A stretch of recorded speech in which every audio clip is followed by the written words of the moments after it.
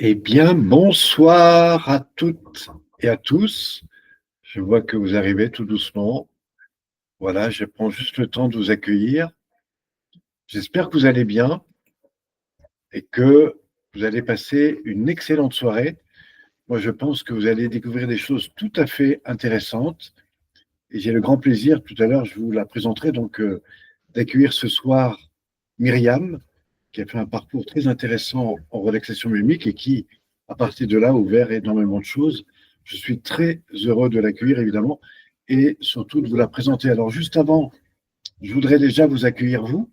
Merci d'être là. Si juste vous pouvez me mettre dans le chat, peut-être de là où vous venez, qu'est-ce qui vous a motivé à venir, quelles sont les questions peut-être que vous vous posez, et qu'est-ce qui ferait que cette soirée soit magnifique pour vous. Voilà, en même temps, si vous voulez me mettre simplement le fait que voilà, vous entendez bien, ou voilà, un petit mot simplement pour me dire que tout va bien, et ça serait le top.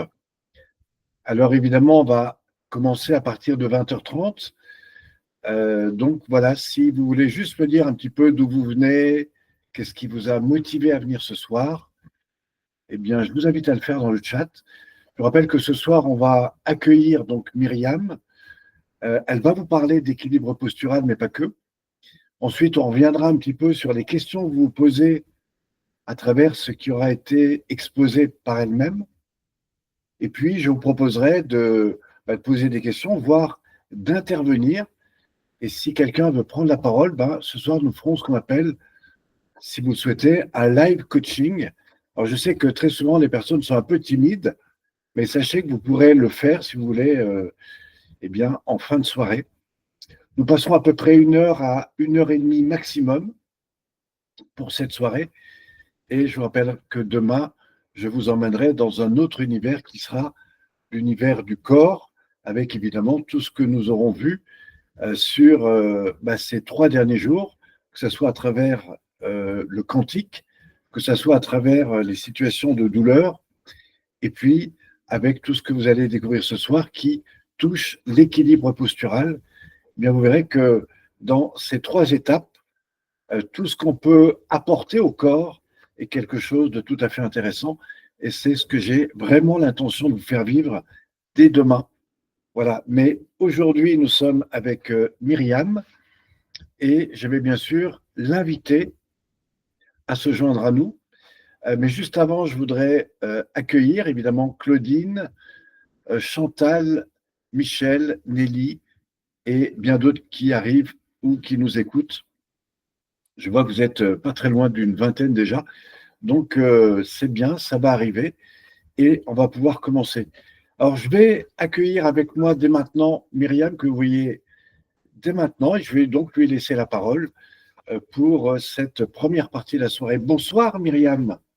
Bonsoir Pierre, merci de m'inviter ce soir avec vous sur cette présentation et j'espère que nous allons avoir des personnes intéressées ce soir. N'hésitez pas effectivement à poser des questions au fur et à mesure de ce qui se passe et Pierre et moi, on répondra avec grand plaisir à toutes vos questions.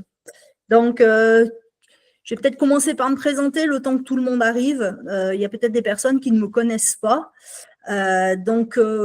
Pour globalement me présenter, moi, depuis toute jeune, j'ai découvert toute jeune que j'avais des capacités qu'on appelle clairvoyance, clair-ressenti, clairaudience, c'est-à-dire que je ressentais les choses, je voyais les choses que d'autres ne voyaient pas et j'entendais parfois des choses qui n'étaient pas dites par les personnes.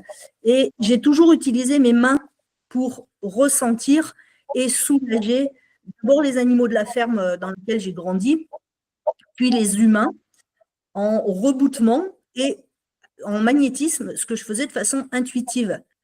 Donc pendant très longtemps, j'ai gardé ces capacités un peu secrètes, cachées, à cause du regard, des retours que j'avais eu des personnes, du jugement de l'entourage, et par manque de légitimité. Ça m'a d'ailleurs poussé à me former dans de nombreuses pratiques corporelles, donc le massage, la réflexologie, le shiatsu, des méthodes énergétiques également. Professionnellement, à partir de l'âge de 19 ans jusqu'à 45 ans, j'ai travaillé dans le monde de l'entreprise. Donc, il y avait beaucoup de stress mental, des postures physiques qui m'ont beaucoup contraint le corps, tout en étant parallèlement une sportive compulsive. De l'âge de 9 ans jusqu'à 45-50 ans, j'ai pratiqué plus de 15 activités sportives différentes, 7 jours sur 7, passant par la danse, différents types de danse, des sports collectifs, du ski, de l'escalade, du canyoning, de l'équitation, bien entendu, d'autres activités également, certaines au niveau régional, comme le handball par exemple, ou au niveau national en équitation notamment. Donc pour moi, mon corps avait toujours été mon outil. Il devait répondre à tout ce que je lui demandais. Et je le poussais dans ses limites sans toujours écouter ses messages. Un jour, tout a changé. Je pensais bien le connaître, qu'il était mon allié, mais en fait, à 55 ans, il a dit stop. Je me suis fait des hernies discales au niveau des cervicales, des lombaires, des douleurs insupportables, un sommeil perturbé. Je ne pouvais plus tourner la tête ni à droite ni à gauche. Je dormais à peine 3 heures par nuit. Donc, c'était vraiment le calvaire au quotidien. Et surtout, la perspective en fait, de devoir me retrouver dans un fauteuil roulant ou subir une opération du dos, ça a été un électrochoc en fait, qui m'a fait réaliser une chose essentielle, c'est que mon corps me parlait depuis longtemps, il fallait que j'apprenne à l'écouter, parce que si moi je ne le faisais pas, qui d'autre allait décider pour moi et en disposer? Donc cette prise de conscience et puis l'effroi que ça a causé par l'idée de m'abandonner à la décision d'autres, ça m'a conduit à rechercher des solutions pour reprendre la maîtrise de mon corps, retrouver de la mobilité et soulager ces douleurs constantes qui m'handicapaient vraiment. Donc, c'est ce qui m'a amené à découvrir la relaxation biodynamique. Tu m'as proposé de découvrir la méthode et j'avoue qu'au début, je n'étais pas franchement attirée parce que pour moi, relaxation, c'était synonyme de rester assise en tailleur sans bouger. Et ça, ce n'était pas vraiment envisageable parce que j'étais plutôt dans le genre pile électrique. Et étonnamment et à ma grande surprise, je me suis endormie à ta première séance alors que ça faisait plusieurs années que je ne dormais pas. Donc, j'avoue que ça m'a vraiment remué à l'intérieur. Je me suis posé des questions sur le pourquoi ça avait marché, pourquoi ça avait eu cet effet-là. Et du coup, j'ai voulu tester sur le long terme. C'est pour ça que j'ai signé pour le programme de praticien tout de suite. Alors, je n'ai pas fait les 6 stages du programme. J'en ai fait une quarantaine entre 2018 et 2024. Donc, d'abord, en tant que stagiaire, jusqu'au niveau praticien, puis je t'ai accompagnée et j'ai co-animé un certain nombre de stages suivants jusqu'à valider le niveau enseignant.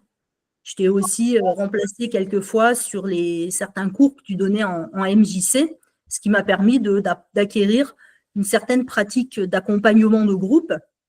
Alors, Myriam, si tu me permets, qu'est-ce qui, toi, a véritablement créé un changement et qui a fait qu'à un moment donné, tu es sorti d'un monde où tu courais partout à quelque chose qui peut-être t'a permis de prendre une place différente et peut-être te réaliser dans quelque chose de beaucoup plus en lien avec ton ressenti, etc.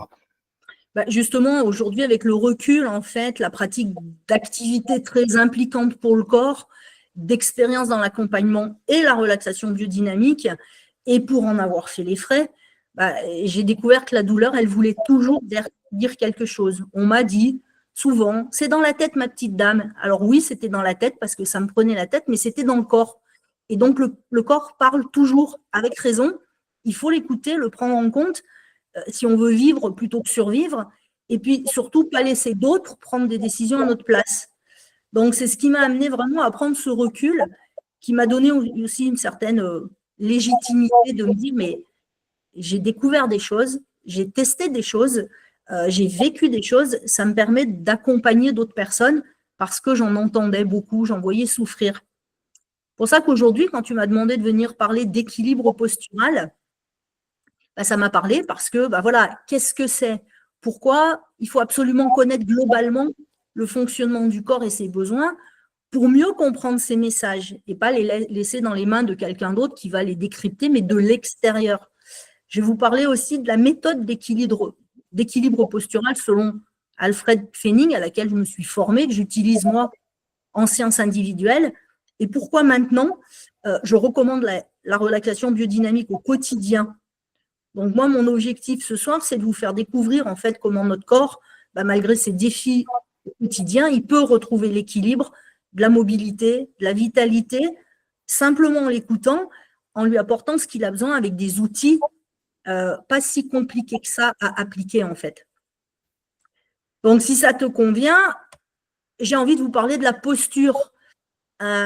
Savez-vous en fait que la posture verticale, c'est l'un des plus grands miracles en fait de l'évolution humaine.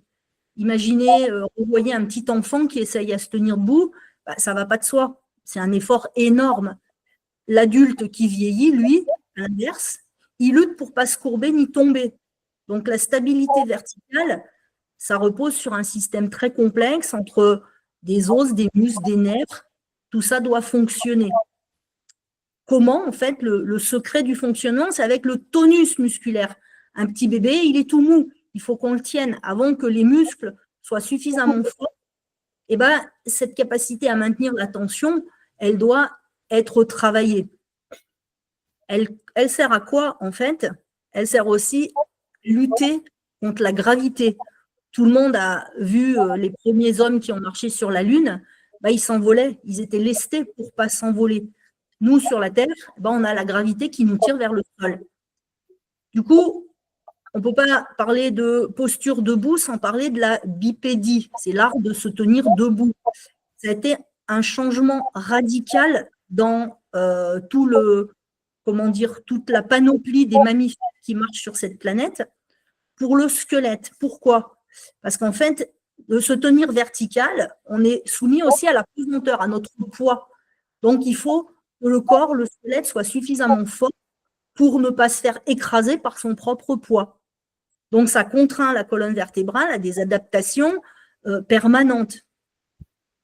Contrairement aux quadrupèdes qui ont 4 points d'appui, notre squelette a dû s'adapter pour se redresser. Donc, ça veut dire que quasiment chaque os du squelette a dû se modifier au fil du temps pour nous permettre de se redresser. Un truc tout bête, c'est que notre colonne vertébrale, à nous, humains, elle est à l'arrière du corps. Ce qui veut dire qu'elle doit supporter le poids des viscères qui sont suspendus à l'avant. Les femmes qui ont été enceintes un jour, elles le sentent bien. Plus le bébé grossit, plus on recule les épaules pour se tenir droit. Ou quelqu'un qui a du ventre, il doit se cambrer vers l'arrière pour contrebalancer le poids. Donc, ce qui veut dire que la marche sur 2 pieds, c'est un miracle d'équilibre, mais également une source de douleur vraiment spécifique à notre morphologie. Si on parle maintenant donc du squelette, qui est le fondement, la charpente osseuse qui nous soutient. Est-ce que vous savez combien on a d'os? Petite question. Je sais que quand je pose la question, des fois, c'est assez surprenant. On n'a pas forcément des réponses toutes faites. En fait, on a 206 os. Et ce qui est fondamental à comprendre, c'est que ce squelette, ces 206 os, ils ne peuvent pas se déplacer ou bouger tout seuls. C'est l'ensemble des muscles qui vont lui permettre de se déplacer, de se mouvoir, ou même de rester debout. Regardez les films, les experts, quand ils trouvent des squelettes, ils sont toujours par terre ou en tas. Ils ne se tiennent pas debout tout seuls. On a 3 fois plus de muscles que d'os. On a 630 muscles. Donc, ces muscles, ils sont divisés en 2 groupes. Il y a des muscles profonds, il y en a une 60aine.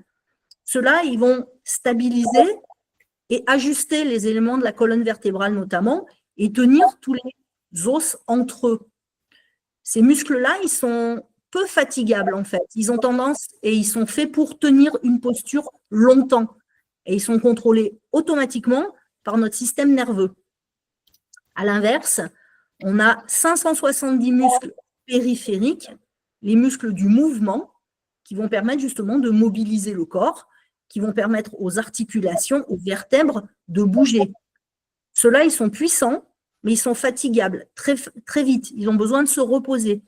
Ceux-là, ils sont contrôlés volontairement. Donc, avoir des muscles, c'est bien, mais c'est leur harmonie, leur fonctionnement ensemble qui est essentiel. Donc, on a parlé du tonus musculaire, c'est une tension constante qui maintient notre corps droit. Chez l'enfant, ça va se développer progressivement, c'est renforcé par l'apprentissage de la marche. Par contre, chez l'adulte, ça doit être entretenu. On a tous vu des personnes âgées qui restent assises à ne plus bouger, ils se démusclent, ils perdent aussi de la solidité osseuse. Donc, c'est l'effort des muscles sur les os qui vont renforcer tout ça. Donc, le fonctionnement de ce système postural, en fait, comment ça marche? Parce que c'est bien d'avoir un squelette, donc une structure, c'est bien d'avoir quelque chose qui permet de se bouger, mais comment on va se déplacer dans l'espace? En fait, ce système postural, en fait, il fonctionne grâce à des capteurs sensoriels à l'intérieur du corps, qui vont nous informer de qu'est-ce qui se passe à l'intérieur. Donc ça, c'est au niveau articulation, au niveau des fuseaux neuromusculaires, donc les nerfs, les muscles. Et puis, on a des capteurs externes. Donc, ceux-là, ils vont nous situer par rapport à l'environnement. Ces capteurs-là, c'est les pieds, le bassin, la mâchoire, les yeux et les oreilles. Donc, la stabilité de l'ensemble, elle repose sur une coordination entre tout ça. Donc, au niveau des pieds, c'est non seulement leur position dans l'espace, la voûte plantaire, est-ce qu'elle est très creuse, est-ce qu'elle est plate? L'état de nos pieds, est-ce qu'on est serré dans des chaussures? Est-ce qu'on marche avec des talons? Tout ça, ça va aller influer le message que les pieds envoient au cerveau. On va avoir le bassin. Est-ce que nos muscles sont contractés ou relâchés? On va avoir les yeux, les muscles oculaires. S'il y a des tensions, des contractures, ça peut perturber la perception de l'équilibre. Donc, la communication entre tous ces éléments, ça va permettre quoi? Ça va permettre d'envoyer des messages au cerveau qui va ajuster et renvoyer un message aux muscles en disant contractez-vous, décontractez-vous. Donc, c'est ça qui va permettre de maintenir l'équilibre. Si un seul élément dysfonctionne, comme une pièce de puzzle qui serait mal placée, c'est tout le système qui doit compenser, ce qui va entraîner à la longue des douleurs, des déséquilibres. C'est pour ça que l'écoute du corps est primordiale, en fait. Donc, si on parle de posture, une posture idéale, ce n'est pas simplement le « tiens-toi droit » de notre enfance. La posture idéale, c'est celle qui va consommer le moins d'énergie, qui va éviter des douleurs grâce à une tension minimum, mais juste des muscles, et qui va permettre du coup une utilisation optimum du corps. Donc, il n'y a pas une seule bonne posture, mais il y en a plusieurs qui vont permettre d'assurer l'équilibre articulaire et fonctionnel. Donc, tout cet ensemble-là, il fonctionne. Et quelles sont les causes et les conséquences, en fait, des dysfonctionnements? Alors, vous allez me dire, il y en a beaucoup. Alors oui, exactement. On peut avoir des dysfonctionnements musculaires, des contractures, des déséquilibres.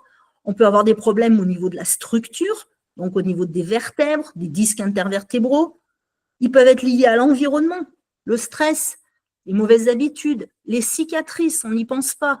Mais le corps est un réseau musculaire, mais nerveux également. Si vous avez une cicatrice, le système d'information nerveuse qui passe, il est perturbé.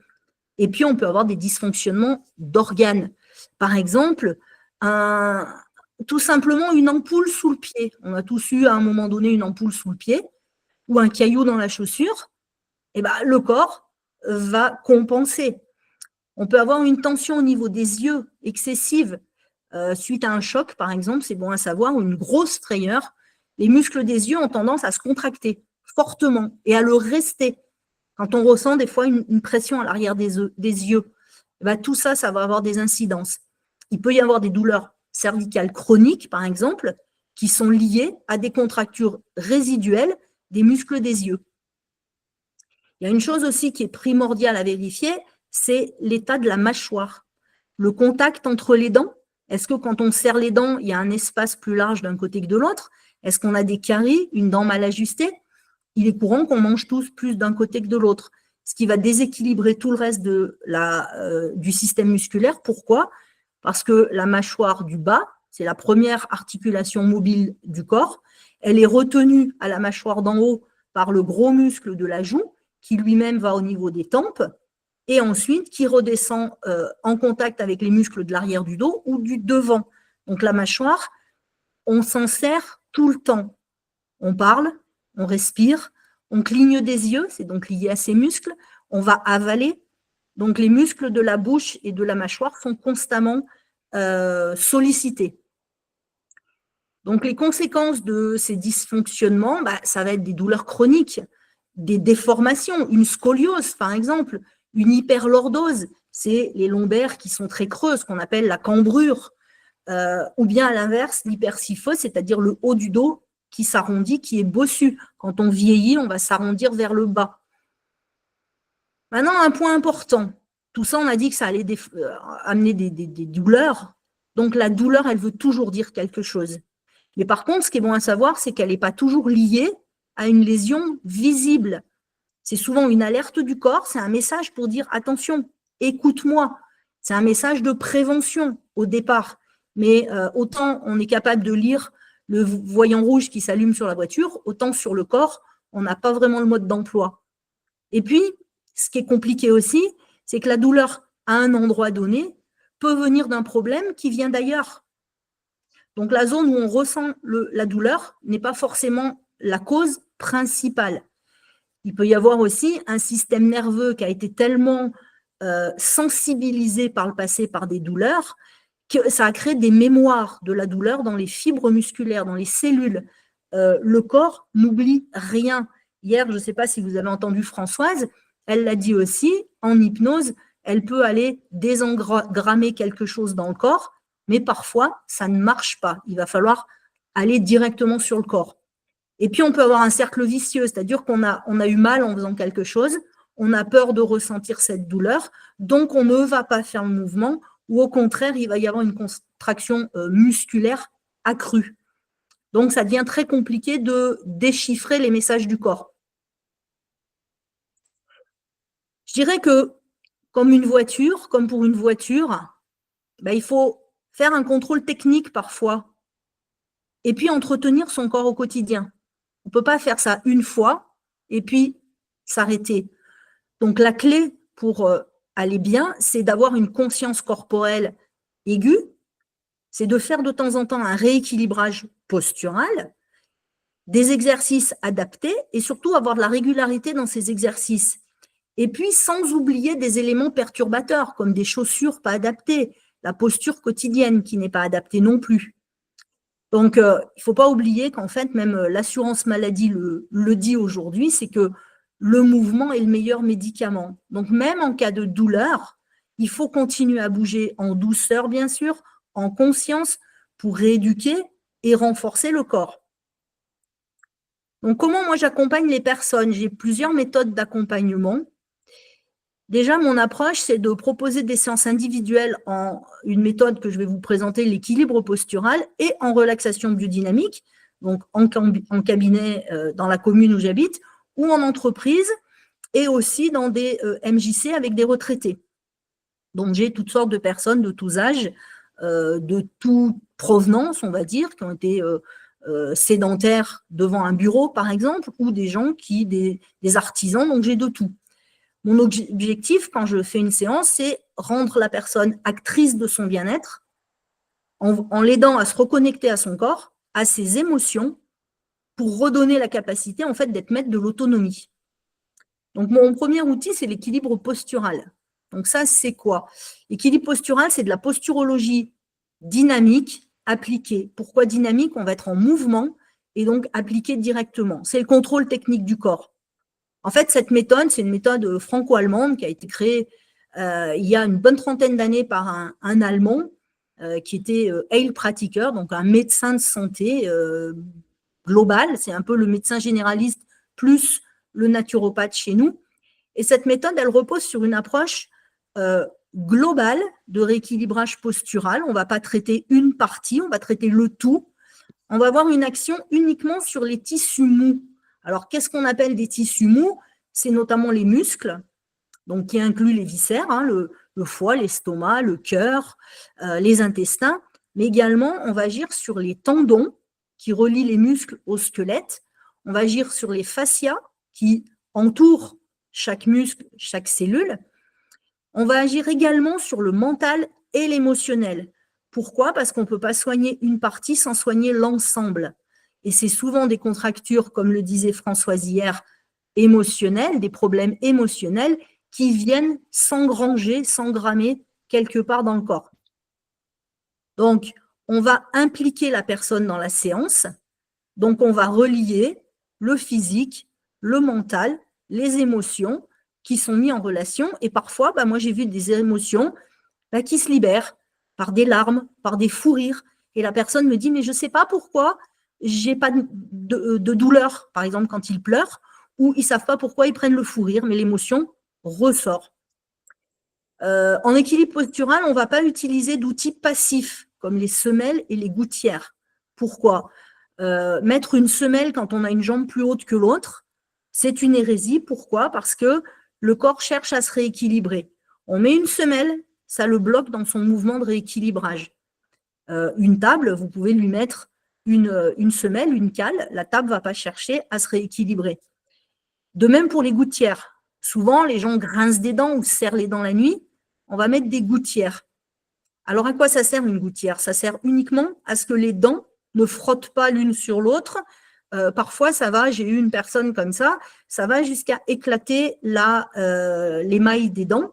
Et donc, on est obligé d'arracher les dents, de mettre des appareils, mais ça n'a pas réglé le problème. Pourquoi la personne serre les dents ?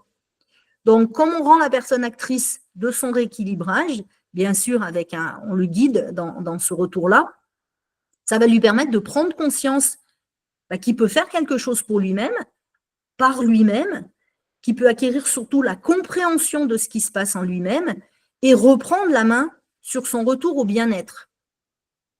J'aimerais vous faire un petit exercice, mais peut-être qu'on les fera à la fin, parce que là, je ne vois personne, donc je ne sais pas si ça marche. Allez, je vous le propose quand même. On va le faire après. Je finis juste de vous dire en fait que en équilibre postural, j'explique ce qui se passe, je montre ce qui se passe, je fais participer la personne, je l'accompagne vers la compréhension de ce qui se passe, puis je lui permets de se reconnecter et de retrouver son autonomie.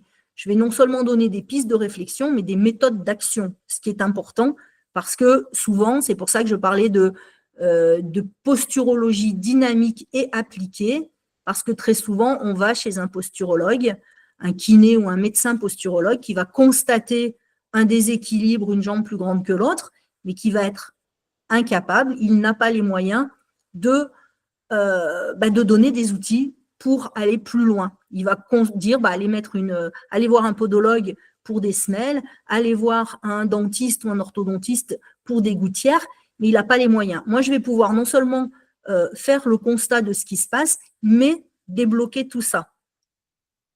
Hier, on parlait Françoise a dit, est-ce que je mets du mouvement dans la vie ou est-ce que je mets de la vie dans le mouvement ? Moi, je dirais qu'en équilibre postural, je fais les deux. C'est-à-dire que je vais remettre du mouvement dans la vie de la personne et en remettant du mouvement dans la vie, je vais remettre de la vie dans le mouvement. Elle va redevenir actrice de ce qu'elle fait.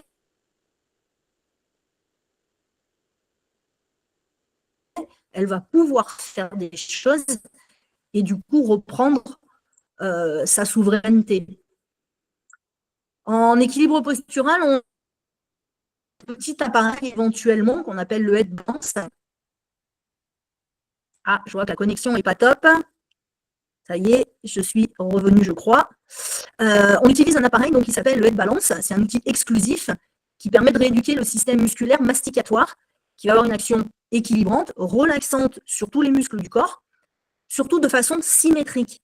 Le problème de notre vie quotidienne, c'est qu'on travaille souvent plus d'un côté que de l'autre, que ce soit en mâchant plus d'un côté que de l'autre. On écrit toujours de la même main. On conduit, on passe les vitesses de la même main. Si on fait du tennis, on va forcer toujours du même bras. Et le problème, c'est que ça amène un déséquilibre forcé dans le corps. Donc, le head balance va permettre de réinitialiser le cortex cérébral en déprogrammant et reprogrammant les habitudes.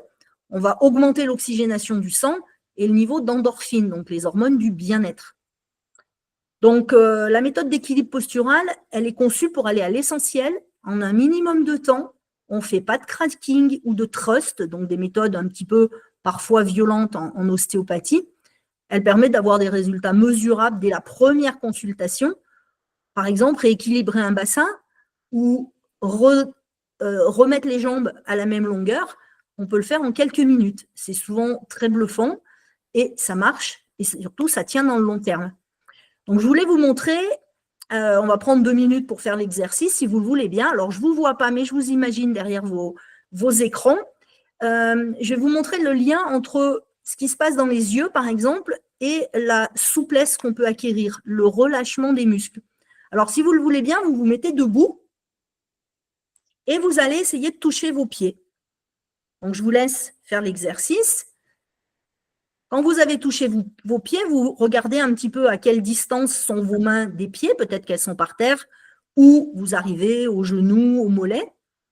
Et maintenant, vous allez regarder votre doigt, par exemple, vous le mettez devant votre nez et vous allez, sans bouger la tête, décaler votre doigt à droite, vous le suivez des yeux, et vous le décalez à gauche, vous le suivez des yeux. Vous faites ça 2-3 fois, le doigt à droite, le doigt à gauche. Vous revenez au milieu, vous mettez le doigt vers le haut, vous décalez les yeux vers le haut et vous regardez en bas, sans bouger la tête. Je regarde en haut, je regarde en bas. Ensuite, on va faire des diagonales. Je vais regarder en haut à droite, en bas à gauche. On fait 2-3 allers-retours, en haut à droite, en bas à gauche. Je reviens au centre. Maintenant, je vais regarder en haut à gauche, en bas à droite, en haut à gauche, en bas à droite. Je remets mon doigt au centre et là, je vais faire des cercles. Je suis mon doigt avec les yeux. Donc, ne trichez pas, je ne vous vois pas, mais je vous ressens derrière l'écran. Et ensuite, je fais dans l'autre sens. Donc, vous faites un tour ou deux dans l'autre sens.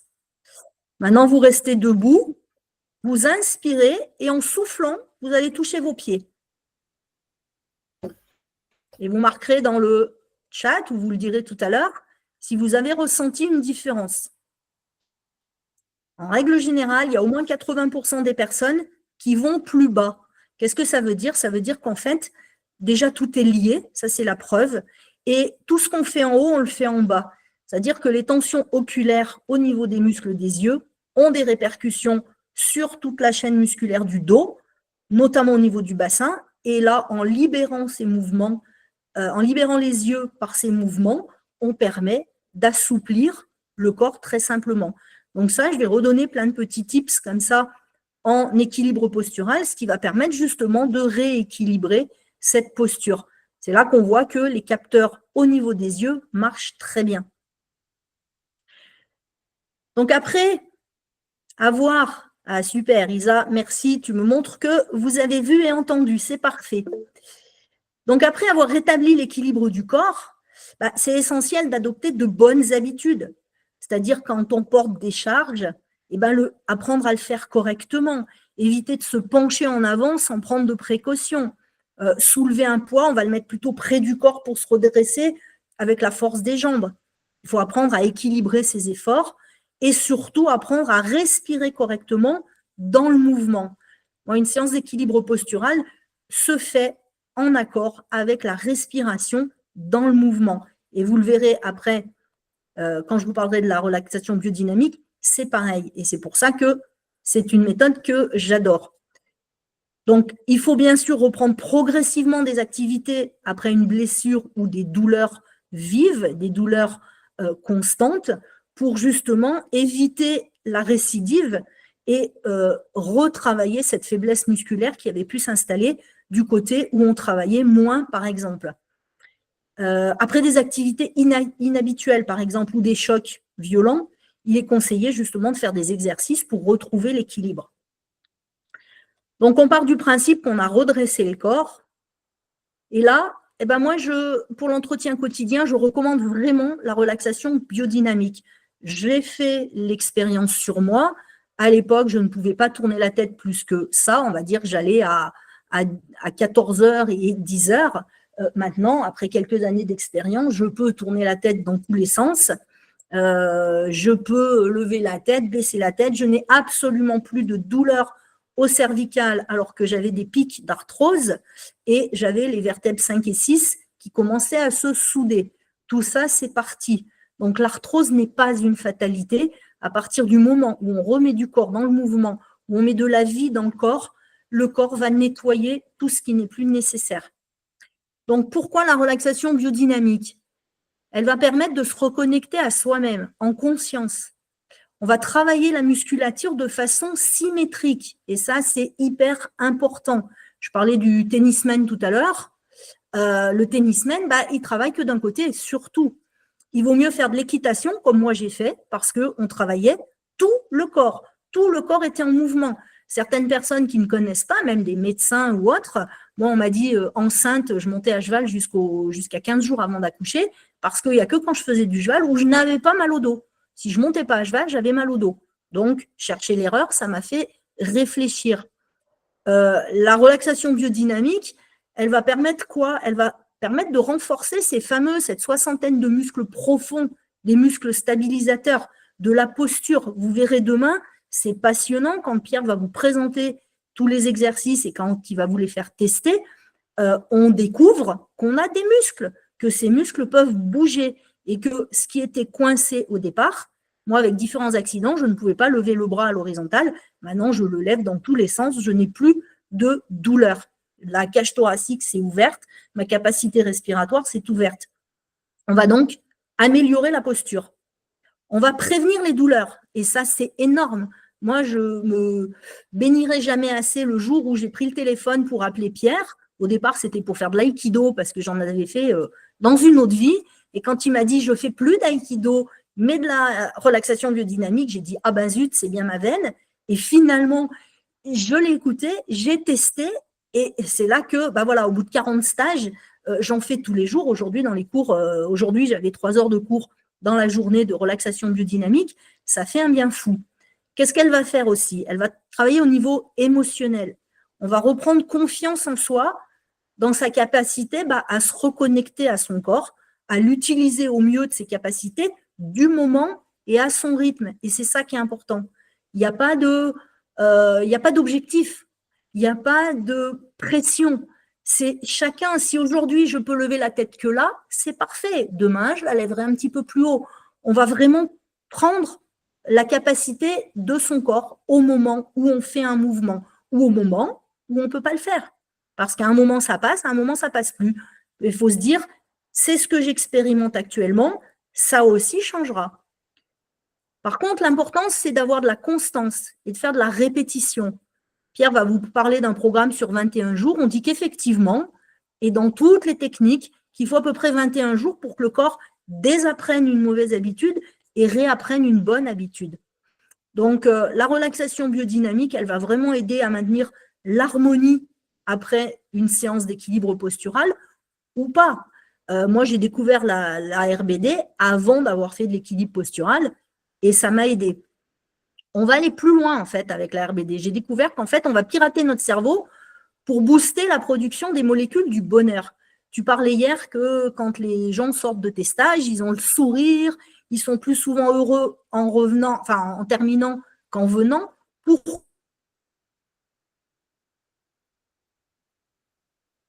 Pourquoi? En fait, on a 4 molécules importantes, vous devez connaître. Alors, pourquoi la relaxation biodynamique a fait ça? On dit que pratiquer une activité pour son bien-être, pour soi, ça booste la dopamine, qui est l'hormone de la récompense. Le toucher physique, va y avoir des contacts de soi-même avec soi-même. Et quand on va un petit peu plus loin, on peut accompagner des gens, donc il va y avoir un contact. Ce contact physique, ça va booster l'ocytocine, qui est l'hormone de l'amour. L'amour de soi d'abord, qu'on peut après distribuer autour de soi. Faire du sport ou une activité physique régulière, ça stimule les endorphines, qui sont des antidouleurs importants. Et ça, ce qui est génial, c'est qu'en refaisant de la relaxation biodynamique au quotidien, moi depuis 2017 que je connais, tous les matins, avant de me lever, je vais faire des mouvements de la tête, des épaules et du bassin. Zone qui était crispée, qui avait ces fameuses mémoires de la douleur que j'ai pu faire disparaître grâce à cette répétition. Ça prend quelques minutes, mais ça fait un bien fou. Et finalement, pratiquer la pleine conscience au quotidien et la méditation, ça va booster la sérotonine, donc qui est un stabilisateur d'humeur. La pleine conscience, on est en plein dedans quand on fait de la relaxation biodynamique, comme d'ailleurs dans l'équilibre postural. On est conscient de ce qui se passe dans l'instant, pas il y a 10 minutes, pas dans 1 heure, c'est là tout de suite. Et il y a une petite partie méditative où on rentre à l'intérieur de nous Donc, ça fait le même effet. Donc, la relaxation biodynamique, elle va vous permettre vraiment ce plus, finalement, sans dépenser autre chose. Et dans une même séance, vous faites tout ça. Du bien à votre corps, du bien à votre mental, parce qu'il est concentré sur ce qu'il va faire et ressentir. Donc, le mental va s'apaiser et les émotions, elles vont passer de la douleur au bien-être. Donc, l'impact de tout ça, c'est que je dirais que bouger, c'est bien, mais bien bouger, c'est mieux. En comprenant, en respectant le corps et ses besoins, on va pouvoir vraiment vivre mieux. Moi, je me sens mieux aujourd'hui à 62 ans qu'il y a quelques années avec mes douleurs et mon stress que je ne comprenais pas pourquoi. Donc, on va retrouver plus de mobilité et une meilleure qualité de vie. Donc là, j'en ai terminé. Juste pour terminer, c'est si vous voulez en savoir plus, je vous laisserai quelque part peut-être dans le chat mes coordonnées. J'ai en projet des propositions de modules en ligne un peu pour expliquer, mais en allant dans le détail par rapport à ce soir où c'était un petit peu un résumé. On va rentrer de plus dans le détail de comment fonctionne le corps, mais d'une façon ludique. Je ne vais pas rentrer, je ne vais pas vous faire avaler un dictionnaire médical, loin de là l'idée. Et puis après, je vais faire des stages en présentiel et ces stages, ça permettra de ressentir les effets de l'équilibre postural sur soi, de découvrir les effets de la relaxation biodynamique, bien entendu, pour maintenir et entretenir cet équilibre sur le long terme. Alors Myriam, je te remercie déjà pour toute cette belle présentation. Ce que je voudrais, c'est revenir un petit peu sur les questions qui peuvent être peut-être posées par des personnes qui nous suivent ce soir. Alors, si vous avez des questions, c'est le moment ou jamais de les poser. Moi, je te remercie là pour le petit exercice des yeux, etc. C'est très intéressant. D'ailleurs, j'ai vu qu'il y avait des personnes qui l'avaient fait et qui apparemment étaient un petit peu surpris de ces résultats-là. Je sais que toi, tu en as plein d'autres et j'en profite pour dire aussi à tous ceux qui nous suivent dans les formations, sachez que sur la formation de formateur qui aura lieu à Mirmande au mois de juin, donc pour les personnes qui sont dans la formation animateur bien-être, on aura le plaisir d'avoir Myriam sur 2 demi-journées ou sur une journée pour qu'elle puisse vous apporter des outils pratiques et des solutions que vous pourrez non seulement apprendre, mais proposer en plus dans vos pratiques. Et ça, c'est quelque chose de tout à fait intéressant. Je rappelle aussi à tous ceux qui viennent dans les stages, que Myriam, souvent, quand c'est des stages autour de Grenoble, vient une soirée pour nous proposer de mieux comprendre ce qu'elle fait. Alors, elle a beaucoup de documents, elle vous invite à expérimenter des choses en live, elle fait des exercices avec les personnes. Je vous promets que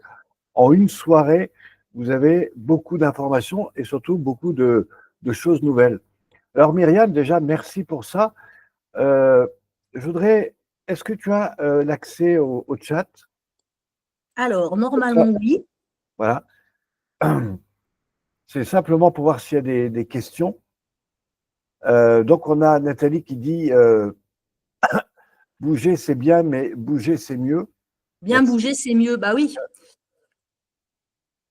Alors, moi, ce que je voudrais, juste avant de te relaisser la parole, c'est rappeler que, en fait, il y a quelque chose de très important qui n'a pas été évoqué ce soir ou que je voudrais redéfinir, même s'il a été probablement dit autrement, c'est qu'il y a 3 façons de faire un mouvement.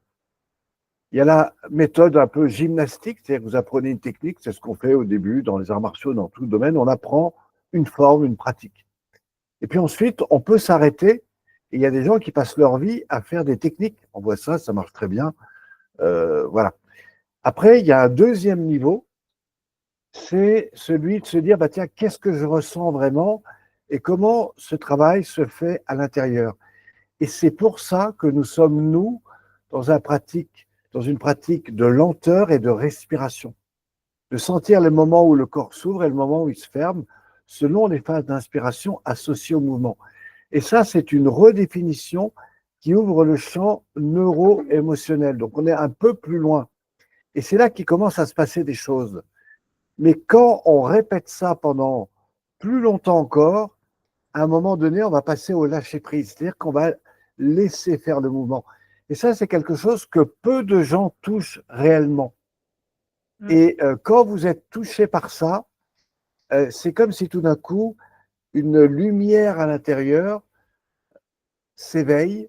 C'est la biodynamique, c'est le fait qu'à un moment donné, vous passez de l'étape où je fais à une phase où vous laissez faire. Et quand vous reconditionnez, quand vous réapprenez votre corps à ça, eh bien, effectivement, en passant de la tête aux épaules, au dos, à la colonne, au bassin, aux jambes, aux pieds, eh bien, tout le corps, en fait, va se rééquilibrer. Et c'est ça qui fait la puissance de l'ensemble de ce que nous proposons. Et Myriam l'a clairement dit, elle dit, quand le but n'est pas simplement de faire, parce qu'elle peut facilement vous faire une séance et je vous promets, vous repartez, vous êtes aligné comme le font beaucoup d'ostéos, etc. Mais le problème, c'est qu'à un moment donné, vous allez revenir dans vos habitudes et ce qu'il faut, c'est transformer ça. Et c'est ça qui fait toute la différence dans les pratiques que propose Myriam, mais aussi ce que nous proposons à travers la pratique. Alors, je vais te laisser la parole si tu voulais rajouter quelque chose par rapport à ça, Myriam. Oui, alors complètement. Tu as tout à fait raison de le dire, c'est que chaque exercice, que ce soit en équilibre postural ou en relaxation biodynamique, si je vais dire, pareil, moi quand je fais de l'EP, par exemple, si je dis à la personne tourne la tête, je ne vais pas lui dire tourne comme ça. Je vais dire allez doucement, ressentez avec la respiration, voyez où sont vos limites et prendre le temps de faire le mouvement. Je passe mon temps à dire aux gens doucement, même en équilibre postural, on fait un mouvement de jambes ou de bras, les gens vont faire. Je leur dis, oh là là, on n'est pas en train de ramer, on n'est pas en train de piocher, on balance le bras gentiment, par exemple, juste pour remettre un peu de mouvement. En cours de relaxation biodynamique, à un moment, on fait des torsions, des choses comme ça. Les gens, j'ai mal pour eux parfois, ils se jettent d'un côté ou ils se jettent de l'autre. Et je leur dis, en douceur, faites ça avec amour pour vous-même. On parlait des hormones de l'amour pour soi-même d'abord. Et comme on dit, charité bien ordonnée commence par soi-même.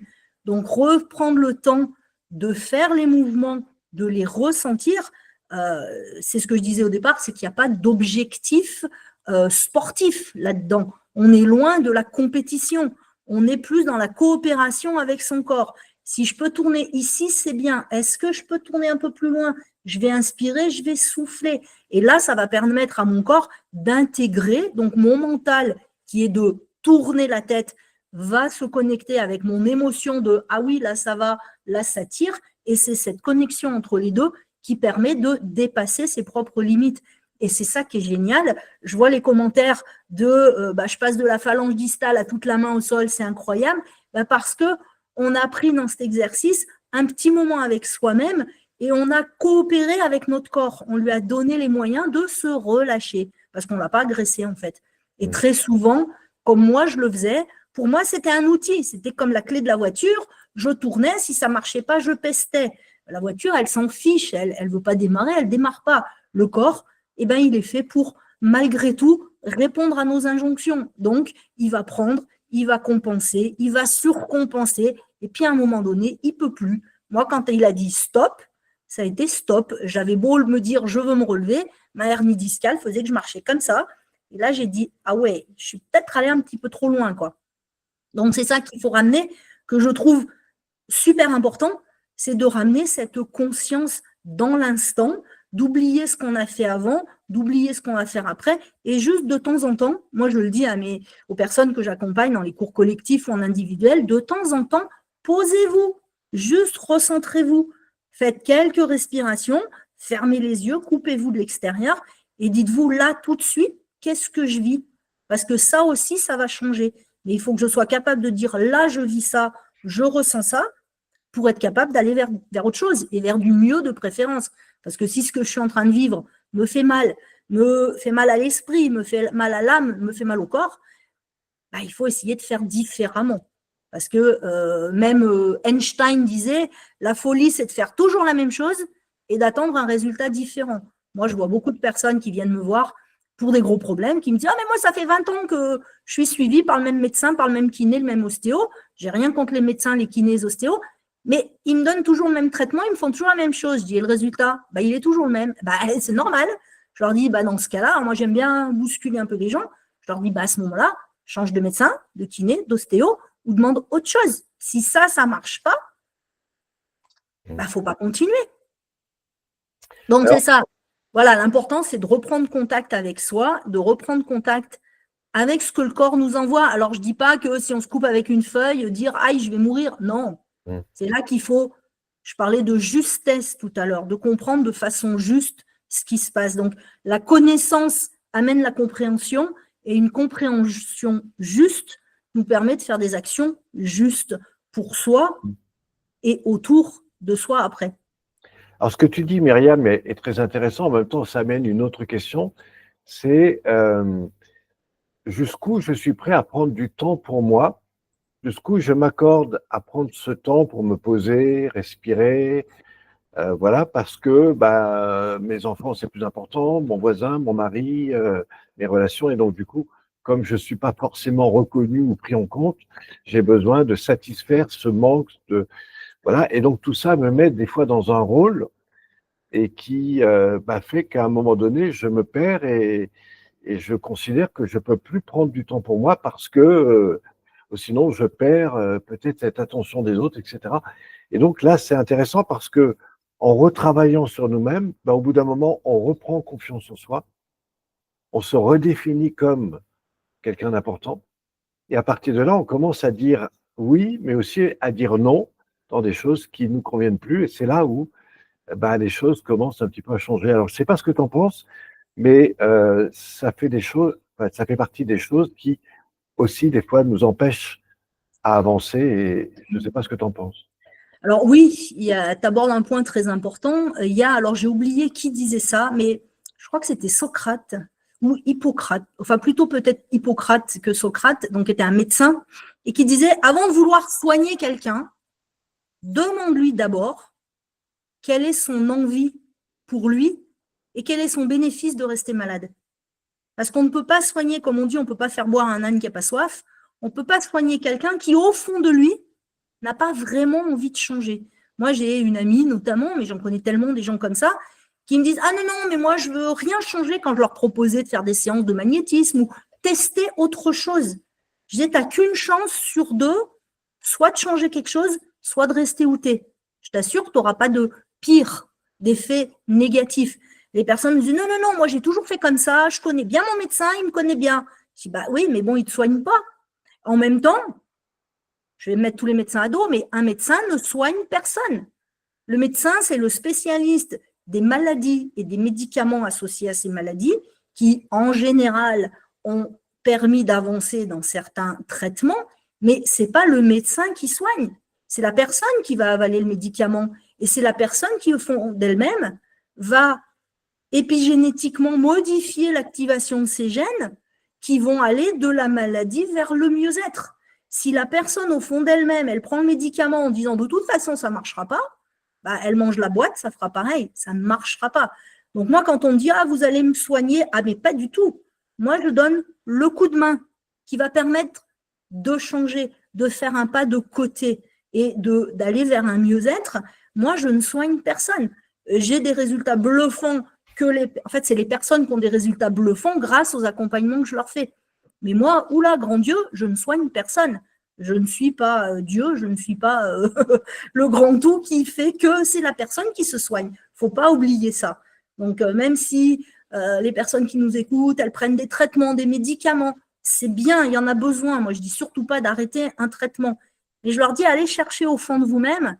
On a parlé de plein de guérisons miraculeuses dans des tas de maladies X et Y, mais c'est les personnes qui ont changé quelque chose en elles-mêmes, dans leur façon de penser, dans leur façon de respirer, dans leur façon de dormir, dans leur alimentation.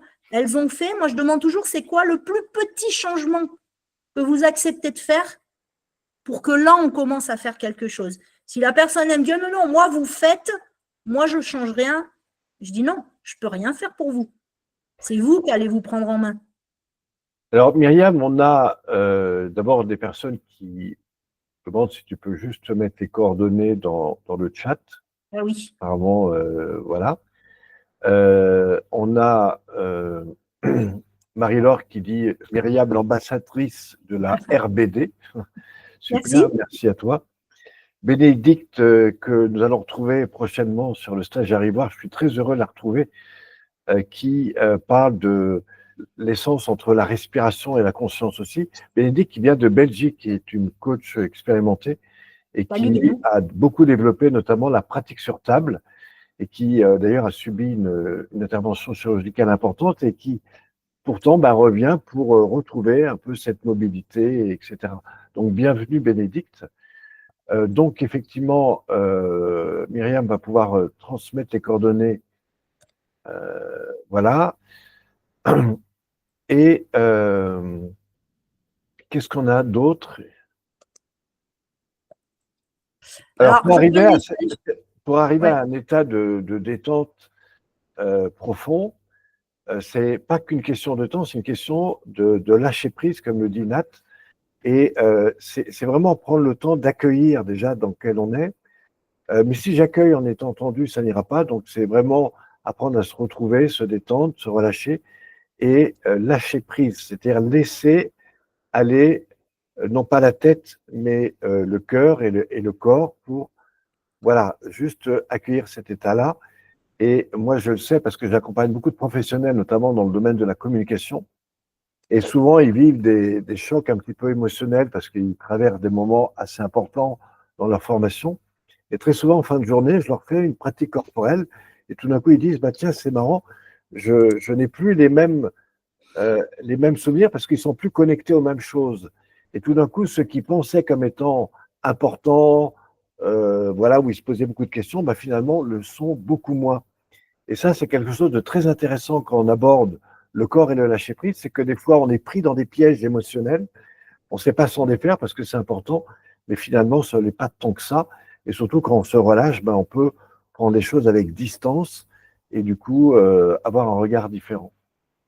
complètement. Alors, je vois un message de Marie-Laure de Creuse. Merci Marie-Laure de ce retour. C'est vrai que moi, je ne tire absolument plus. Il y a eu une période quand j'avais mal et que personne ne trouvait des solutions. Je mettais ma recherche à l'extérieur.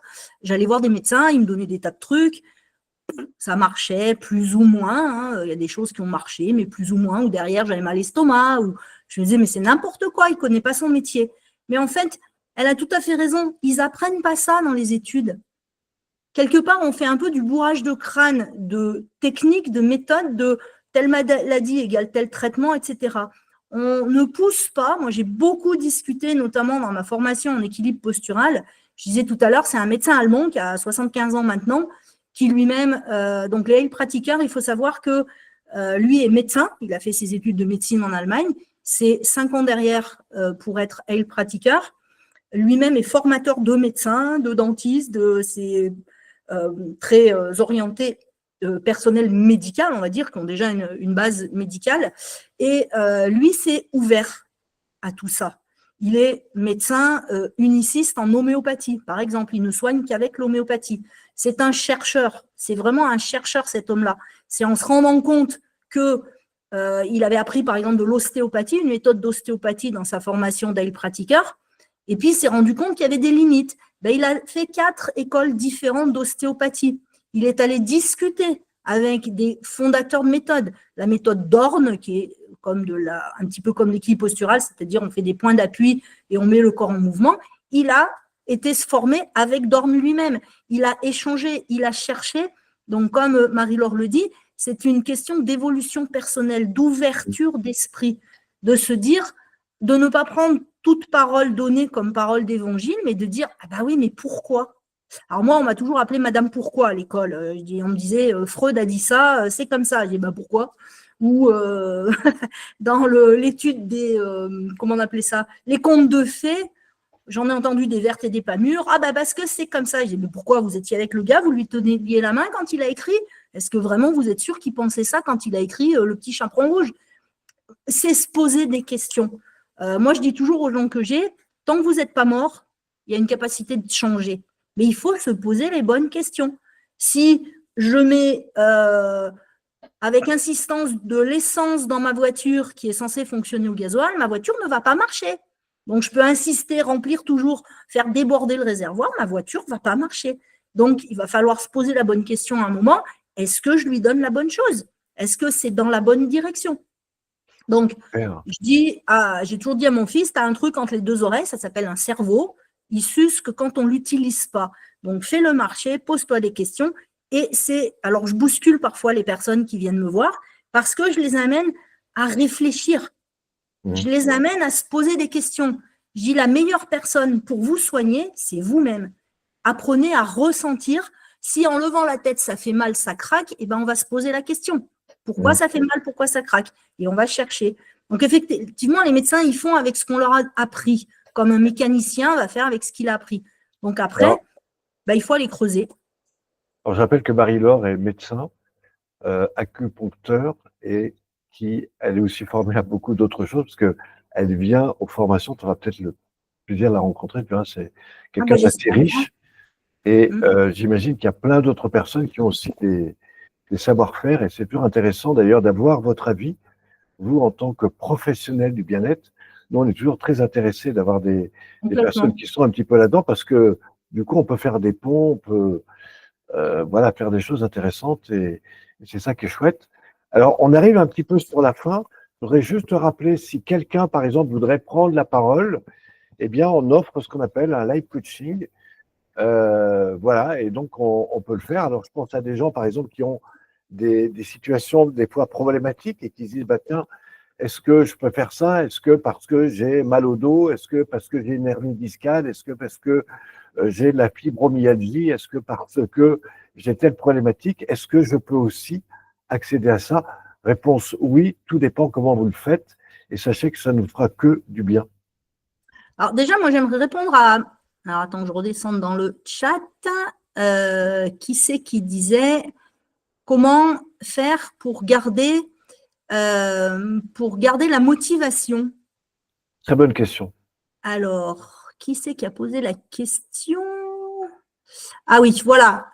Alors, je ne sais pas si je vais donner le nom comme il faut ou le nom est bizarre. Agro-Hypo-Turix Token. Désolé si j'ai un peu massacré le nom. Quelques conseils pour rester assidu à la pratique. Moi, je vais vous poser la question que je pose à toutes les personnes. Qu'est-ce que vous avez envie de changer dans votre vie? Qu'est-ce que vous venez chercher là-dedans? Est-ce que c'est une énième méthode pour tester ou est-ce que vous voulez vraiment changer quelque chose dans votre vie? Moi, quand je suis allée voir la séance de Pierre, la toute première séance, alors oui, je me suis endormie, ça m'a bluffé, mais toute la séance, j'ai eu mal partout. Pourtant, c'est doux les mouvements. Mais moi, j'étais tellement comme ça, tellement bloquée partout. Je me suis dit, attends, d'un côté, tu te tortures et de l'autre côté, tu t'endors. Qu'est-ce que tu as envie?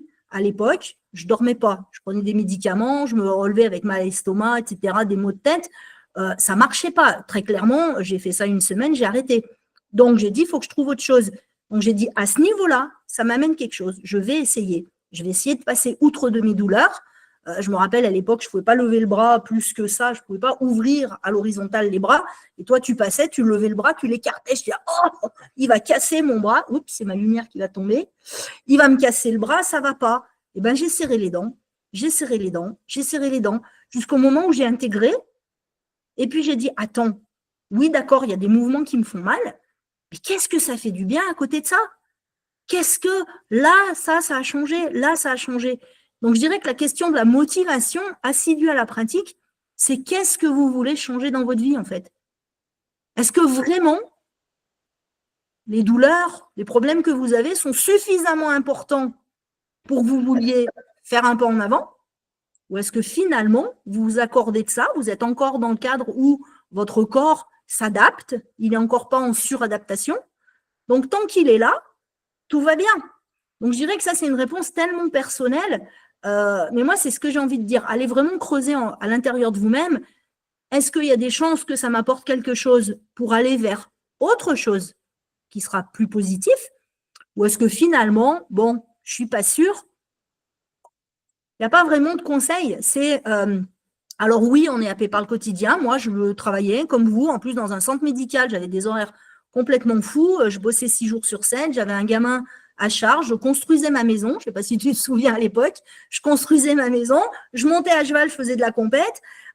J'avais une vie archi chargée. Mais quand j'ai vu les biens que ça m'apportait, eh ben, j'ai trouvé du temps. Parce que quelque part, eh ben, on dit que le temps, c'est très élastique. Et finalement, on trouve toujours, quand il y a un réel intérêt, eh ben, on le trouve le temps. Est-ce que peut-être, c'est plus facile de se mettre sur le canapé et de regarder la télé ou de regarder son téléphone, mais est-ce que ça vous apporte du bien? Donc, c'est toutes ces questions qu'il faut se poser. Et là, ça deviendra facile. Moi, ça fait depuis 2018 que je connais la relaxation biodynamique. Ça fait depuis 2018 tous les jours que je pratique. Alors, pas forcément 1 heure complète. Là, j'en ai fait 3 heures aujourd'hui dans mes séances collectives. Je ne vais pas en refaire aujourd'hui. J'ai eu ma dose, ça va très bien. Mais demain, je n'ai pas de séance collective. Je vais en faire une pour moi. Pas forcément d'1 heure, mais je vais prendre un moment pour mettre en mouvement le corps. C'est devenu aussi essentiel que de boire ou de se laver les dents. Alors, je voudrais reprendre 2, 3 choses que tu as dit. La première, c'est que, en fait, la pratique, moi, je n'emmène pas les gens dans la douleur. Simplement, non, à un moment donné, oui, ok. Ça réveille des choses. À un moment donné, même si la personne est dans ses limites, automatiquement, comme je l'amène dans un état intérieur, il va probablement remonter des choses, parfois émotionnelles. Moi, j'ai des gens qui se sont effondrés, des fois en travaillant sur le corps. Et alors, on n'est pas en thérapie, mais si vous voulez, ce qui se passe en fait, c'est que la difficulté, c'est la douceur. C'est-à-dire que les gens sont souvent dans des automatisations. Et moi, en fait, mon travail, c'est de les sortir de cette automatisation-là pour aller se rencontrer à un niveau différent d'eux-mêmes. Et c'est là que ça les touche. C'est pas qu'ils ont mal, c'est que ça les renvoie à une émotion qu'ils ont bloquée, en fait, qu'ils avaient limitée. Et comme ils s'ouvrent à ça, c'est comme si une partie d'eux s'effondrait, en fait. Et tout d'un coup, ils se retrouvent face à des émotions, face à des sensations. Et ces sensations peuvent être à la fois des joies profondes, mais aussi des fois des tristesses qui remontent. Et c'est là où ça devient intéressant parce que ça permet un véritable nettoyage libérateur. Et c'est ça qui fait que par la respiration, on réoxygène et du coup, on ramène la vie. C'est pour ça qu'on parle de biodynamique. Mais c'est pas de biotonique. Non, c'est complètement. C'est le contraire de vouloir donner une action volontaire. C'est au contraire laisser faire, lâcher prise. Et moi, quand j'ai compris ça dans les arts martiaux, j'ai le souvenir de ces premières phases de perception où tout d'un coup, je voyais des personnes tourner autour de mon poignet alors qu'ils faisaient 80 kilos et je ne ressentais rien. Et au moment où je voulais maîtriser ça, ça y est, j'étais bloqué. Et au moment où je lâchais prise et que je m'ouvrais à l'autre, je dirais, dans une voie un peu d'amour ou d'ouverture positive et non pas de contrainte, eh bien, tout d'un coup, il se traduisait quelque chose entre moi et un ensemble de choses qui faisait que tout d'un coup, ça donnait quelque chose qui était différent de ce que j'avais l'habitude d'être dans mon enfance où j'étais à la course et souvent dans des protections, beaucoup de choses. Et donc, ce que je vais vous proposer demain, c'est un premier parcours vers cette nouvelle relation au mouvement et à la manière de concevoir à ce mouvement la respiration. Et c'est là où il va se passer quelque chose qui nous interpelle dans notre émotion. Alors, pas forcément au premier mouvement, mais c'est dans la manière de le faire que les choses se passent. Complètement. Je dirais que quand on découvre quelque chose, quelle que soit la découverte, au départ, on est plus dans le mental, on est dans le faire, on écoute ce que la personne dit, on essaye de faire bien, on essaye de suivre le rythme. Donc, on est plus dans le mental. C'est là que je parle de régularité, de constance dans le truc en se disant « Attends, je vais y aller ». Et comme tu disais très bien, c'est arriver à laisser faire le corps. Mais les douleurs qu'on peut ressentir, moi, je l'ai bien senti. Les premiers stages, il y a eu le premier stage, je me rappelle, à Rivoire. Tu l'as souvent dit, ça m'a fait bondir quand tu le disais, mais j'étais déjà super mal physiquement. Et le fait d'aller, parce que moi, j'ai toujours été, il faut y aller, je vais faire les choses à fond. Et donc, j'allais à fond, je forçais sur mon corps, je forçais dans mes limites encore. j'étais dans le faire et le surfaire. Bah, mon corps, il m'a vite fait sortir 2-3 fois de la salle, plié en deux, j'étais mal, et dans la tête et dans le physique. Après, j'ai dit, OK, on va se calmer. J'ai pris conscience que mon corps, il bloquait parce qu'il me protégeait, lui. Il savait que j'allais me faire mal. Donc, il m'empêchait de faire des mouvements. Et moi, je voulais aller contre. Donc, c'était un combat de boxe entre lui et moi.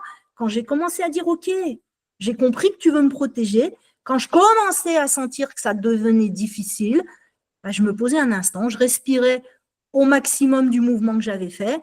Et là, ça a commencé à s'apaiser. J'ai commencé à dialoguer avec mon corps. Et c'est ce que j'aime dans l'usage de l'équilibre postural et la relaxation biodynamique, c'est que c'est un dialogue en relaxation biodynamique à deux, entre soi et son corps. Moi, en équilibre postural, c'est un dialogue à trois. Moi, la personne et le corps de la personne. Et je lui dis, moi, les gens, des fois, ils s'excusent de pleurer ou ils s'excusent de rire. Je dis, non, laissez, votre corps, il a quelque chose à éliminer. Et souvent, ils me disent, ils sont en larmes et puis ils disent, ah, mais je ne sais pas pourquoi je pleure, j'ai pas mal. Je dis, bah, laissez couler. C'est un vieux truc qui s'en va. Un monsieur, un jour, m'a dit, oula, stop, stop, stop, stop. Là, j'ai une montée de colère d'un coup. J'ai dit, oula, je vais me prendre un coup de poing. Pas du tout. On a fait une petite pause. Je lui ai dit, on s'arrête, respirez. C'est passé. Il m'a dit, c'est bon, continuez. Il m'a dit, bah, je ne sais pas ce qui s'est passé, mais là, j'ai senti un truc qui est parti. On a décristallisé ça juste en remettant de la conscience, de la respiration et en prenant le temps d'accueillir ce qui venait. Et c'est ce que j'adore en relaxation biodynamique, c'est que moi, je dis pareil, prenez le temps d'accueillir, prenez le temps de faire le mouvement, ressentez ce qui se passe. On n'est pas pressé, on n'a pas 3 minutes pour faire celui-là et 4 pour faire l'autre. On prend le temps, chacune à son rythme.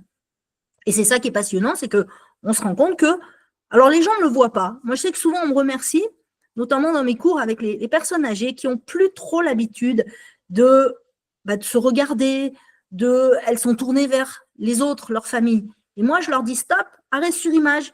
Regardez, encore tout à l'heure, elles étaient toutes sur la pointe des pieds, bien étirées, droites en équilibre. T'as vu, c'est étonnant ça. Ça me rappelle quand j'étais sur les bateaux, je faisais faire des choses comme ça. Les gens, ils tenaient sur un pied, mais bon, c'est-à-dire qu'ils venaient tous les jours. C'était des croisières de 12 à 18 jours. Et c'est vrai qu'au bout de 5-6 jours, les gens faisaient des choses qu'ils avaient, voilà. Et ils avaient un équilibre qui était parfait. Et j'en voyais qui n'étaient pas jeunes, hein. Ils avaient 70, des fois un peu plus. Et au début, on dit, mais ils ne feront jamais ça. Et tu es en train de dire, bah tiens, ils font des choses qui… Moi, ce qui est bluffant, je me rappelle quand toi, tu parlais, tu disais, oh, mais les premières personnes que j'ai eues, elles démarraient sur une chaise et tout. Puis moi, je les ai accompagnés. Ils avaient déjà 2-3 ans de pratique. Ouais, je disais, Pierre, il a un peu exagéré. Bon, eh ben, je l'ai vu. Moi, ça fait 2 ans que j'ai commencé là dans la commune à côté de chez moi avec des personnes. Le plus âgé, il a 84 ans. Donc, ils ne sont pas tout jeunes. Ils ont vécu des tas de choses. Leur corps, ils ont cumulé des tas de choses lourdes. Et comme toi au départ, j'ai pensé à toi, la première dame, on a commencé par lever le menton en inspirant. Elle me dit, ouais, je peux pas, c'est trop dur pour moi, je vais tomber par terre. J'ai dit, ah, on est mal parti. Je dis, on a à peine démarré, ça va déjà pas, elle avait trop respiré, elle avait la tête qui tournait. Je lui dis, asseyez-vous, j'avais prévu des chaises, heureusement. Un gros tiers du groupe, j'avais 18 personnes dans le groupe, un gros tiers était assis sur la chaise. Après, quand j'ai dit on va passer au sol, oula, surtout pas, surtout pas. Moi, si je descends, je vais tomber et puis de toute façon, je ne pourrai pas me relever. J'ai dit bon, c'est pas gagné. Maintenant, je ne sais plus qui a un coussin. Il n'y a plus personne d'ailleurs, il n'y a plus de chaises dans la salle. Et à chaque fois, ils me remercient, ils me disent mais merci Myriam de nous montrer ça parce que on s'en rend pas compte. Et certains, et ça c'est la plus grosse, le gros cadeau qu'ils me font à chaque fois, c'est de me dire « Ah, mais mes petits-enfants, ils m'ont dit que j'étais plus détendue. » Ou ma fille, elle m'a dit que « Ah, j'étais plus sympa maintenant. » Donc, ça commence à changer, non seulement à l'intérieur d'eux-mêmes, mais ça se répand vers l'extérieur. Et moi, je leur ai dit « Vous êtes épigénétique. Vous changez votre fonctionnement. Forcément, ça a des effets sur l'extérieur. Tu as connu ma sœur aînée, c'est pareil. C'était pas un cadeau. Et en changeant mon attitude, ça a changé beaucoup de choses. Donc, voilà, il faut vraiment revenir au centre de soi, aller tout doucement, accepter déjà, c'est le début du changement, c'est accepter ses limites quand on les vit. Moi, je ne supportais pas, tu te rappelles, je voulais toujours aller plus vite, plus loin, plus fort, plus machin. Mon corps, il m'a dit, Niette, tu peux pas, tu vas m'écouter. Et ben maintenant, je le remercie parce que il a rajeuni. Je veux dire, moi, tout le monde me dit que je fais pas mon âge, mais je ne me sens pas à cet âge-là. Et quand je vois des personnes, là, les seniors, il y en a qui ont mon âge, qui sont même un peu plus jeunes parfois, et ils sont cassés. Je me dis, je reviens de loin finalement, j'aurais pu être comme ça. Donc c'est vraiment, je dirais que la motivation, on va la trouver quand on trouve l'intérêt vraiment profond et puis qu'on s'accepte, mais en se disant toujours, voilà ce que je vis à l'instant présent, mais ça aussi, ça peut changer. Et ça aussi, ça va changer. Parce que le mental, effectivement, l'envie d'aller vers autre chose, c'est ce qui vous fait lever. Je parlais tout à l'heure des émotions. On est NAIT avec des émotions et on ne peut pas vivre sans émotions. Il n'y a que les psychopathes qui n'ont pas d'émotions. Les personnes normales, si on se brûle, ça fait mal, on a une émotion. S'il pleut, comme en ce moment chez moi, c'est une émotion plombante. Donc, on vit, on n'est que des émotions. Donc, en fait, en acceptant ça, les limitations de notre corps à un moment donné, mais en se disant, c'est maintenant. Peut-être qu'après, ça ira mieux. Puis, il y a des jours, ça va mieux, puis il y a des jours, ça va moins bien. On n'est pas linéaire, on n'est pas des ordinateurs, on n'est pas des robots. Donc, ça, il faut vraiment le prendre en compte. C'est là où je dis, il faut connaître le fonctionnement du corps sur ses basiques. Moi, je me rends compte souvent qu'on connaît mieux le fonctionnement de sa machine à laver, de son four micro-ondes, par rapport à son corps. Donc, reprenons ça. C'est très complexe, mais en même temps, ce n'est pas si compliqué que ça. Donc, voilà, si après, vous voulez aller plus loin, vous pouvez pratiquer pour vous-même, vous pouvez vous former pour aller plus loin si vous accompagnez d'autres personnes, que ce soit en relaxation du dynamique, que ce soit en équilibre postural. Il y a la possibilité de se former. Et ce qu'il faut se dire, c'est qu'est-ce que je vais en faire? Est-ce que j'en ai besoin? Qu'est-ce que j'ai envie d'en faire réellement, quoi? Il ne faut pas faire de l'infobésité en cumulant les formations et puis pas s'en servir. Donc, alors, merci Myriam. Je rappelle que ce soir, il y avait beaucoup de personnes qui nous suivent également dans les stages, les formations, des gens aussi qui reviennent, qu'on n'a peut-être pas vu depuis un moment. Et puis, il y a aussi des personnes qui sont là pour nous découvrir, pour se dire, tiens, de quoi ils parlent, qui ils sont. Et à toutes et à tous, déjà, merci d'avoir été là. Et puis, prenez votre temps. Venez, si vous le sentez, expérimenter un peu plus demain, parce qu'on va passer, je vous présenterai une petite théorie, mais surtout, mon objectif, c'est de vous faire vivre quelque chose, donc vous repartiez avec quelque chose de fort. Et puis, c'est un petit peu le projet. Alors moi, je voudrais vraiment te remercier, Myriam, d'abord pour tout le chemin que tu as fait et également tout ce que tu as apporté aussi à la pratique de relaxation biomique par ton expérience, par tout ce que tu as partagé de toi et que tu nous as rapporté après avec la pratique et tout ce qui touche l'équilibre postural. Donc vraiment, merci pour ça. Et s'il y a encore des personnes qui veulent poser peut-être 2 ou 3 questions, on peut y répondre, mais j'ai l'impression que pour le moment, ça va bien. Et voilà. Donc, si tu avais une petite dernière chose à partager à tous ceux qui nous écoutent. Eh bien, que pourrais-je dire? Déjà, venez demain et après-demain. Vous allez apprendre des choses vraiment passionnantes. Moi, j'ai appris ça en cours, en fait. On apprend tout ce que vous allez apprendre. Vous allez pouvoir tester directement. Donc, comme moi, j'ai fait faire un tout petit exercice de 2 minutes, là, j'ai cru comprendre que tu allais faire des séances un petit peu plus longues. Donc, ça va vraiment vous permettre d'aller plus loin. Ça va vraiment vous permettre de ressentir. Faites-le vraiment pas dans l'idée de faire une performance sportive, ce n'est pas le but. C'est juste de ressentir. Et puis, n'hésitez pas à aller sur les stages. Je crois, d'ailleurs, tu vas en parler un peu plus tard, mais tu as des offres assez exceptionnelles pour des stages à venir. Donc, franchement, c'est le moment ou jamais, parce qu'après, les places, une fois qu'elles seront pleines, il n'y aura plus de place. Voilà. Alors, juste parce que tu abordes le sujet, nous avons 2 stages au mois de mai. Il y en aura 2 au mois de juin, dont un qui est un stage spécial animateur avec la présence de Myriam. Mais il y aura aussi un stage au mois de juin qui est ouvert à des personnes nouvelles. Et il y a une offre exceptionnelle qui est faite, mais pour ça, il faut m'appeler, en tout cas avant samedi, c'est sûr. Et il y a une offre qui est faite pour les 3 ou 4 premières personnes qui viendront peut-être avec quelqu'un. Enfin bon, on a mis en place des choses qui pourraient vous intéresser. Profitez-en. C'est des choses qu'on fait peu. Puis il y aura aussi un stage début juillet. Et après, moi, je pars 2 mois dans les montagnes. Donc, on se retrouvera pas avant le mois d'octobre. Sachez d'ailleurs qu'au mois d'octobre, il y a déjà un groupe qui est déjà pas mal constitué. Mais je vous rappelle aussi qu'il y a des choses qui vont changer dans l'école. Mais ça, je vous en parlerai un peu plus tard. Et voilà, donc tenez-vous prêts à des transformations. Donc c'est pour ça que toutes les personnes qui sont déjà sur des parcours de développement, je vous invite réellement à faire en sorte de finaliser ce que vous avez fait ou ce que vous n'avez pas encore fait avant le mois de juillet. Pourquoi? Parce qu'il y a d'autres programmes complètement différents qui vont s'interposer, qui vont probablement changer des choses. En tout cas, les tarifs ne seront plus du tout les mêmes. Je vous réserve des surprises étonnantes, y compris d'ailleurs pour ceux qui voilà, voudraient continuer par la suite. C'est pourquoi je vous invite à le faire dès maintenant.